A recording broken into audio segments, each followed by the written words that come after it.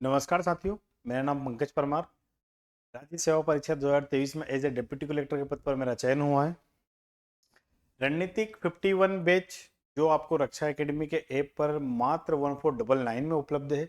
आप उसको ज्वाइन करिए और साथ साथ में कॉम्बो ऑफर में आप रट्टा मार सीरीज, इसमें लगभग 100 से 140 टॉपिक वैसे हम लेकर आएंगे। जब अंतिम समय में आपके पास कुछ नहीं रहेगा तो हमारी पीडीएफ रहेगी, आप उसे पढ़ो, रटो और एग्जाम में जाओ। लगभग 4 से 5 नंबर की आप लीड करके बिल्कुल आप हमको धन्यवाद, थैंक यू सब बोलोगे। उसी के साथ साथ आनंद सर द्वारा पॉकेट नोट सीरीज भी चलाई जा रही है, जिसमें एक ही पेज में आपको लगभग 3 से 4 फैक्ट रटा देंगे। मतलब रटने का इधर के आप पढ़ो रणनीतिक 51 बेस से, रटो रट्टा मार सीरीज से, और उसका और इम्प्रोवाइज वर्जन हमारा पॉकेट नोट सीरीज है, जिसमें आपको जो छोटे छोटे पहलू जो लगता है कहीं नहीं मिल रहे वो हमारे पॉकेट नोट सीरीज में मिलेंगे। और सबसे बढ़िया कॉम्बो ऑफर में आपको साथ जो मिलने वाला है वो है हमारी 100 FLT, जिसमें आपको नेगेटिव मार्किंग्स कैसे डील करना है, कैसे हमको चीज़ों को मैनेज करना है, एग्जाम में प्रेशर कैसे हैंडल करना है ना, चीज़ों में कैसे हम इम्प्रोवाइज करें कि हमारे एक स्टैंडर्ड नंबर हमारे आए, वो सब चीज़ों का आपको रणनीतिक 51 बैच में पूरा संपूर्ण एक यूँ समझ लो कि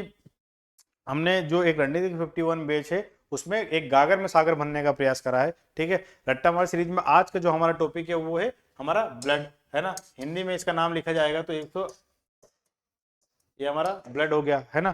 हिंदी में अगर देखा जाए तो रक्त, रक्त क्या है? रक्त एक तरल संयोजी ऊतक है ना। आपको ये वर्ड आपको क्या कहते हैं, फ्लूइड में रहता है ना। हमारी बॉडी में हमें जो रक्त मिलता है वो रेड मिलता है। रेड जो मिलता है वो हीमोग्लोबिन की वजह से मिलता है। हीमोग्लोबिन में क्या रहता है? आयरन रहता है ना।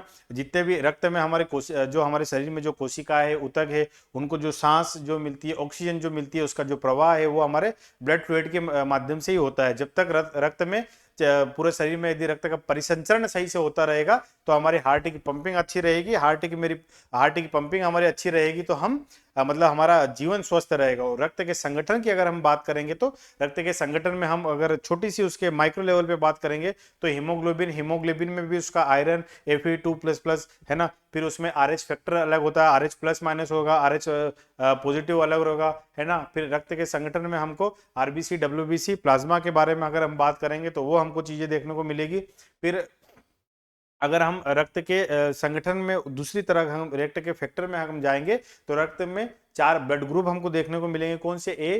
AB और O, है ना। इनके दोनों के ही प्लस माइनस दोनों ही मिलेंगे। फिर हमको और चीजें हमको मिलेगी, एक एंटीजन होती है, एक एंटीबॉडी होती है। किसी व्यक्ति में A एंटीजन अगर रहेगा तो एंटीबॉडी उसकी B रहेगी। किसी में अगर B एंटीजन रहेगा तो एंटीबॉडी उसकी A रहेगी। किसी में AB एंटीजन अगर रहेगा तो उसकी एंटीबॉडी O00 रहेगी। और किसी में अगर एंटीजन जो है 00 है, O है, तो उसकी एंटीबॉडी जो जो बनेगी वो क्या बनेगी? उसकी जो एंटीबॉडी वो जो बनेगी वो है AB बनेगी, है ना। तो ये दोनों ही कंपोजिशन में इधर उधर उपलब्ध हमको मिलेंगी। ठीक है। और रक्त का जो थक्का जो बनता है, रक्त का जो थक्का बनता है वो प्रोथ्रोम्बिन हमारे प्रोटीन की वजह से बनता है। जब भी हमको कहीं कट लग जाता है तो हम देखते हैं थोड़ी देर में अगर रक्त बहेगा उसके थोड़ी देर बाद वहां से रक्त बहना बंद हो जाएगा। तो प्रोथ्रोम्बिन प्रोटीन की वजह से बनता है। और जिस व्यक्ति में ये दिक्कत होती है कि भैया रक्त का थक्का नहीं बनता है, तो महारानी विक्टोरिया, इंग्लैंड की उस समय की शासिका थी, उनमें ये बीमारी पाई गई थी। उसको हीमोफीलिया बोलते हैं, रक्त संबंधी जो बीमारी थी हीमोफीलिया, जिसमें रक्त में थक्का नहीं बनता है। तो मतलब एक बार अगर आपको लगी मतलब आपकी मृत्यु तय है, क्योंकि रक्त रुकना बंद होगा ही नहीं होगा, है ना।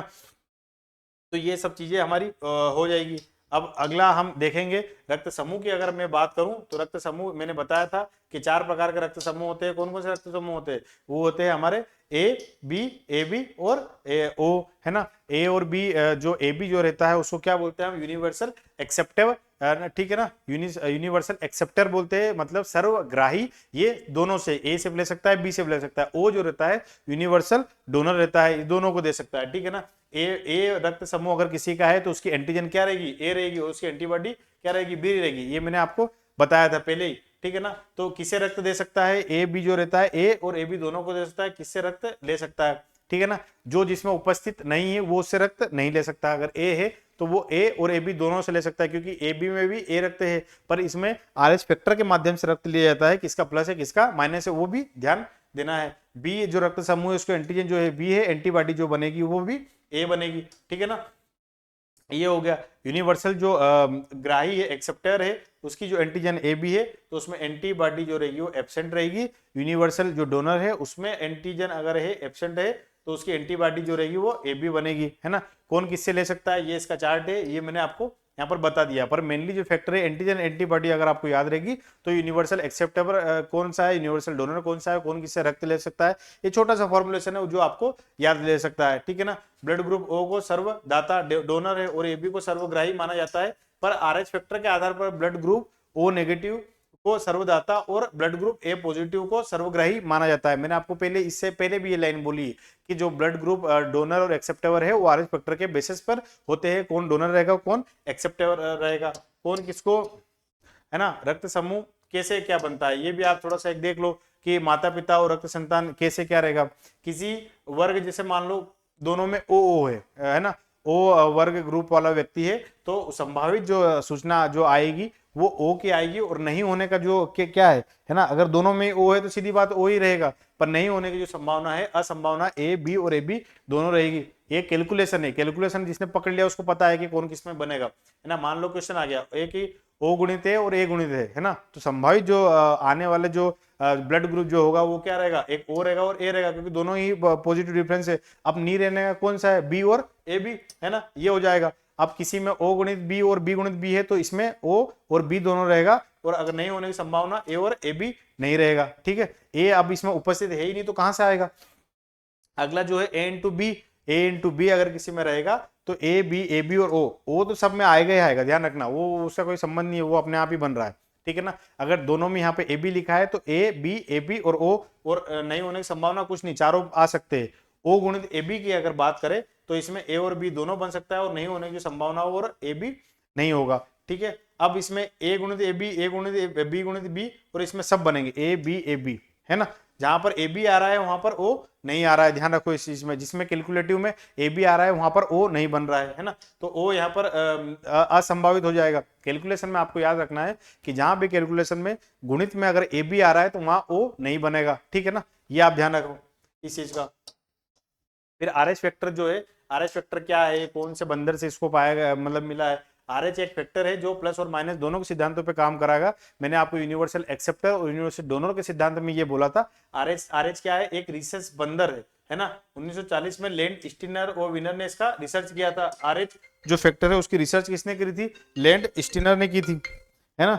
आर एच फैक्टर की जो रिसर्च है वो लैंड स्टीनर ने की थी, उसके बेसिस पे ही, जिसके बाद पाया गया कि कुछ ब्लड ग्रुप में, है ना, आर एच फैक्टर किससे बेसिस है, रिसर्च बंदिर है, किसने इसकी रिसर्च करी थी, लैंड स्टीनर ने कही थी कि पाया गया कुछ ब्लड ग्रुप में आर एच उपस्थित होता है और कुछ में नहीं होता है, ठीक है ना। अगर आर एच प्लस है तो उसका जो ब्लड है उसको आर एच प्लस वाले को देना पड़ेगा, नेगेटिव अगर दे दोगे तो कुछ समय के बाद पहली बार में तो झेल लेगा, दूसरी बार में मर जाएगा वो, है ना। अब इसके बाद रक्त के कंपोजिशन में हम बात करेंगे तो रक्त के कंपोजिशन में हम देखते हैं कि आरबीसी, डब्ल्यूबीसी, प्लाज्मा, है ना, ये सब तीन चीजें हमको देखने को मिलेगी। तो हम देखते हैं कि आरबीसी रेड ब्लड सेल है, इसको एरिथ्रोसाइट भी कहते हैं, है ना। डब्ल्यूबीसी है ना, इसको ल्यूकोसाइट भी कहते हैं। प्लाज्मा हो गया, इनके वैज्ञानिक नामों के साथ कौन सा किसका जीवन काल है, क्या इसका रंग है, ये भी हमको देखने पड़ेगी कि किसकी वृद्धि से व्यक्ति बीमार होता है और कौन सा।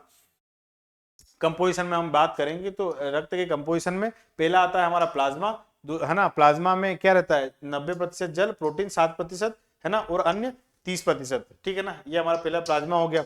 प्लाज्मा के कंपोजिशन में क्या क्या रहता था, पहले प्लाज्मा के कंपोजिशन में पहले 90% बल, 90% जो रहता है वो वाटर रहता है, 7% आपका प्रोटीन रहेगा, वो 3% आपको दूसरी चीजें रहेगी।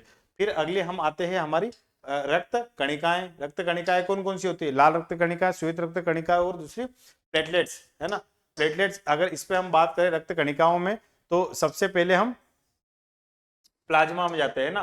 प्लाज्मा थेरेपी क्या रहता है, जब हम देखते हैं कि अगर हेयर्स फॉलिकल में कुछ कमी हो तो प्लाज्मा थेरेपी वो देते हैं, मतलब आपके प्लाज्मा आपको ही चढ़ा देंगे, हाथ में से लेके सिर में चढ़ा देंगे, ठीक है। तो प्लाज्मा क्या है, प्लाज्मा की अगर विशेषताओं के बारे में अगर मैं बात करूं तो प्लाज्मा जिसका जो कलर की बात करें, प्लाज्मा जो है हल्के पीले रंग का, और रक्त का 550 से 60% प्लाज्मा रहता है ना। जब आप ब्लड डोनेट करोगे कभी कभी तो क्या है कि प्लाज्मा और दोनों अलग अलग होता है, तो एक मशीन लगी रहती है, जब मैंने दिया था तो वहीं से वो घूम के फिर वापस ब्लड को आपके इसमें सर्कुलेट करके प्लाज्मा निकाल लेती है। तो ये हल्के पीले रंग का और रक्त का 50 से 60% ये रहता है।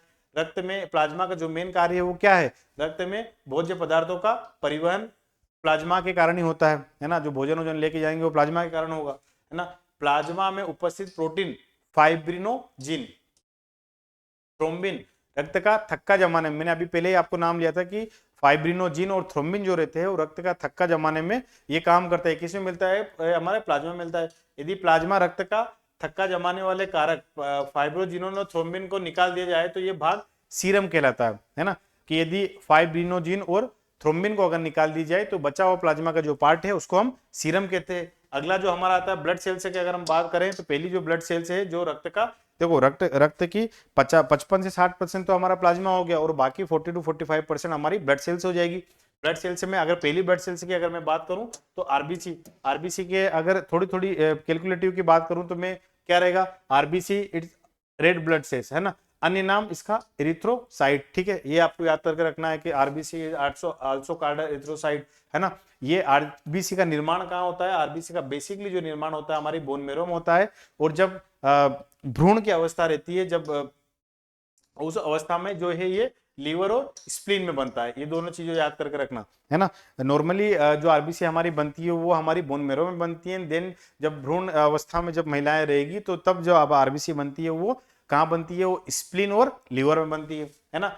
जो हमारी आरबीसी के जो मिलियन है 5 to 6 मिलियन पर क्यूब mm एक इसकी वो है कि इसमें मापी जाती है। जीवन काल जो रहता है नॉर्मली आरबीसी का 22 to 20 से 120 दिन, है ना। इसकी जो डेथ होती है वो कहाँ होती है ना, प्लीहा में होती है ना। प्लीहा में मतलब प्लीहा में होगी तो इसे आरबीसी का कब्रिस्तान भी कहा जाता है। फिर कार्य, आरबीसी का कार्य क्या है? O2 और CO2 का ट्रांसपोर्ट करना। O2 और CO2 को मैंने पहले ही बताया था, रक्त क्या काम करता है लाने ले जाने का, है ना। अन्य तथ्य, इसका जो रेड रंग है वो हीमोग्लोबिन के कारण होता है, मैंने आपको पहले ही बताया था।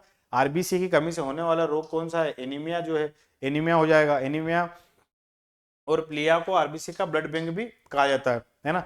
मृत्यु भी प्लिया में होती है और इसको कब्रिस्तान भी कहा जाता है। लाल रंग जो है वो हीमोग्लोबिन की वजह से होता है, ठीक है ना, और कमी से इसमें एनीमिया रोग हो जाएगा, ठीक है ना। अब हम डब्ल्यूबीसी की बात करें तो डब्ल्यूबीसी में क्या है? डब्ल्यूबीसी का जो अन्य नाम है वो ल्यूकोसाइट है। ये आपको याद करके रखना है कि इसका जो नाम है वो क्या है? ल्यूकोसाइट। इसका भी जो निर्माण है वो कहाँ पे होता है? वो बोन मेरो में होता है, ठीक है। ये बोन मेरो में हो गया। जीवन काल इसका कितना है? आरबीसी का जीवन काल 20 से 120 दिन था। इसका जो जीवन काल है वो ये 507 दिन में होता है। जब कोई व्यक्ति बीमार होता है तो उसमें डब्ल्यूबीसी की अधिकता बहुत ज्यादा होती है ना, क्योंकि ये मरती जाती है और वापिस जन्म लेती रहती है। संख्या जो होती है 4 to 10 के, है ना, उसमें 4 to 5 मिलियन पर क्यूब में था, इसमें 4 से 10,000 के होती है। और मृत्यु जो होती है इसकी लिम्फ में होती है ना। डब्ल्यूबीसी के प्रकारों के अनुसार अलग अलग हो जाती है। डब्ल्यूबीसी बहुत सारे प्रकार की होती है ना, प्रकारों की इतने डेप्थ में हम नहीं जाएंगे, है ना। वो कार्य जो है शरीर की बीमारियों से रक्षा करना, ये हमारा सैनिक है, सिपाही है डब्ल्यूबीसी जो है ना, शरीर में जो बीमारी की रक्षा करना है। अन्य जो इसके फैक्ट में बात करें कि इससे शरीर का, ये सोल्जर ऑफ द बॉडी कहा जाता है, मैंने आपने पहले ही बोला कि सैनिक कहा जाता है ना। शरीर में डब्ल्यूबीसी की मात्रा बढ़ने से ल्यूकेमिया अथवा ब्लड कैंसर हो जाता है। जब ल्यूकेमिया मतलब अगर डब्ल्यूबीसी एक ही जगह पे इकट्ठा होने लगी तो ट्यूमर बन जाएगी अलग अलग जगह, है ना। तो जब डब्ल्यूबीसी बढ़ती जाएगी, अनियंत्रित होती जाएगी, तब उसमें ल्यूकेमिया या कैंसर की संभावना बढ़ जाती है। डब्ल्यूबीसी की मात्रा कम होने से ल्यूकोपेनिया नामक रोग हो जाता है। बढ़ने से ल्यूकेमिया होता है और कम होने से ल्यूकोपेनिया नामक रोग हो जाता है। दोनों में डिफरेंस आपको याद करके रखना है। डब्ल्यूबीसी जो है वो 5 प्रकार की होती है ना। 5 प्रकार की कौन कौन सी हो गई डब्ल्यूबीसी? आपको पहली हो गई हमारी मोनोसाइट, है ना। दूसरी लिम्फोसाइट, इओसिनोफिल और न्यूट्रोफिल और बेसोफिल, है ना। इसमें कौन सी बड़ी कौन सी छोटी ये भी मैं आपको बता दूंगा। पहली हमारी कौन सी है? वो ल्यूकोसाइट, सबसे बड़े आकार की है, ठीक है, ल्यूकोसाइट हो गए। दूसरी हमारी कौन सी है? लिम्फोसाइट, इसमें सबसे छोटे आकार की डब्ल्यूबीसी है ना। ल्यूकोसाइट सबसे बड़ी और लिम्फोसाइट सबसे छोटी है। फिर आती है इओसिनोफिल्स, है ना, कवक तथा पैरासाइट पर नियंत्रण करती है। जब हमारे आएंगे कवक और पैरासाइट, उस पर कंट्रोल करने का काम करती है। न्यूट्रोफिल्स है सर्वाधिक संख्या वाली डब्ल्यूबीसी जो है 60%, टोटल डब्ल्यूबीसी का जो 60% वो न्यूट्रोफिल्स होती है। सबसे बड़ी ल्यूकोसाइट्स है, उसके बाद हमारी जो लिम्फोसाइट सबसे छोटी है ना। और तीसरे नंबर की जो है इओसिनोफिल, कवक और पैरासाइट पर इस पर कंट्रोल रहता है। जो न्यूट्रोफिल है टोटल डब्ल्यूबीसी का 60% तो न्यूट्रोफिल से रहता है। आखिरी जो हमारी रहती है बेसोफिल, सबसे कम संख्या वाली डब्ल्यूबीसी है। प्लेटलेट्स की बात करें तो प्लेटलेट्स में हमारे सबसे जो अन्य नाम जो प्लेटलेट्स का है वो थ्रोम्बोसाइट, ये नाम आपको याद करके रखना है। निर्माण जो है इसका भी निर्माण स्प्लीन में, बोन मेरो में होता है, ठीक है ना। जीवन काल इसका 305 दिन में है ना, उसका 20 से 120 दिन था, उसका 507 दिन था, इसका 305 दिन है। संख्या जो है 1.5 से 4.5 लाख में इसको गिनी जाती है। प्लेटलेट्स की कमी से जब डेंगू बीमारी होती है तो प्लेटलेट सबसे ज्यादा गिरती इसी में है ना। मृत्यु जो है इसका स्पिन में होता है। कार्य जो होता है प्लेटलेट्स का क्या है, रक्त का थक्का जमाने में सहायक होता है। कौन कौन से प्रोटीन होते हैं, हमने पढ़ा था, कौन कौन से पढ़े होते हैं, है ना, प्रोटीन होते हैं, आपको याद रखना चाहिए, प्रोथ्रोम्बिन और फाइब्रिनोजिन, है ना। जो हो गए अन्य फैक्टर की अगर मैं बात करूं तो रक्त का थक्का जमाने वाला सहायक प्रोटीन जो फाइब्रोजिनोजिन और फाइब्रिनोजन और प्रोथ्रोम्बिन इसमें होते हैं। रक्त का थम्बा जमाने में सहायक जो विटामिन हमारा जो है विटामिन के है, ठीक है ना। ये हो गया। रक्त का थक्का जमाने का औसत समय जो होता है 2 से 3 मिनट जो होता है ना। मिनट संख्या के समय की बात तो हम नहीं करें, पर विटामिन और आपको प्रोटीन का नाम तो आपको याद होना चाहिए। अगले जो हमारा रक्त वाला जो टॉपिक है उसको यहीं पर हम समाप्ति देते हैं, ठीक है। फिर मैं आखिरी समय में ये बात करूंगा कि इसमें विशेष रिवीजन और जो बजट है वो हमारे बलराम सर लेकर जाएंगे, और जो इसका कितने में मात्र 1499 की चीजें, ठीक है ना, आप लो और मस्त कॉम्बो ऑफर का लाभ लो, ठीक है ना। धन्यवाद, मिलते हैं हम हमारी अगली क्लास में।